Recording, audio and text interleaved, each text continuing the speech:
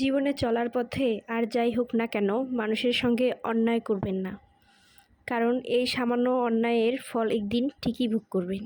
হয়তো এমন সময় ভোগ করতে হবে, সে সময় সেটা ভোগ করা খুব একটা সম্মানজনক নয়। আমার বাড়ির পাশেই একটা ঘটনা শুনলাম। ঘটনা শুনে মনে হলো তার যৌবনকালের একটি ছোট্ট ভুল তার বৃদ্ধকালে কতটা অসম্মানজনক নিয়ে আনতে পারে, সেটা আসলে বলা বাহুল্য। লোকটিকে দেখলে বড়ই খারাপ লাগলো, কারণ তার অবস্থা এমন হয়েছে যে সে আর কারোর দিকে তাকাতে পারছে না। এই বয়সে এসেও মানুষের কাছে এ ধরনের উক্তি শোনা খুবই লজ্জাজনক। তাই জীবনে চলার পথে সবসময় এটা খেয়াল রাখতে হবে যে প্রত্যেকটা বিষয়েরই কিছুটা রিপ্লাই থাকে।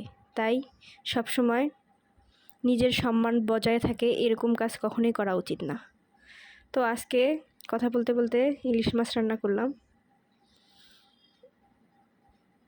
খেতে অনেক স্বাদ লেগেছে, যদিও ইলিশটা ছোট, তাও ভালো লেগেছে।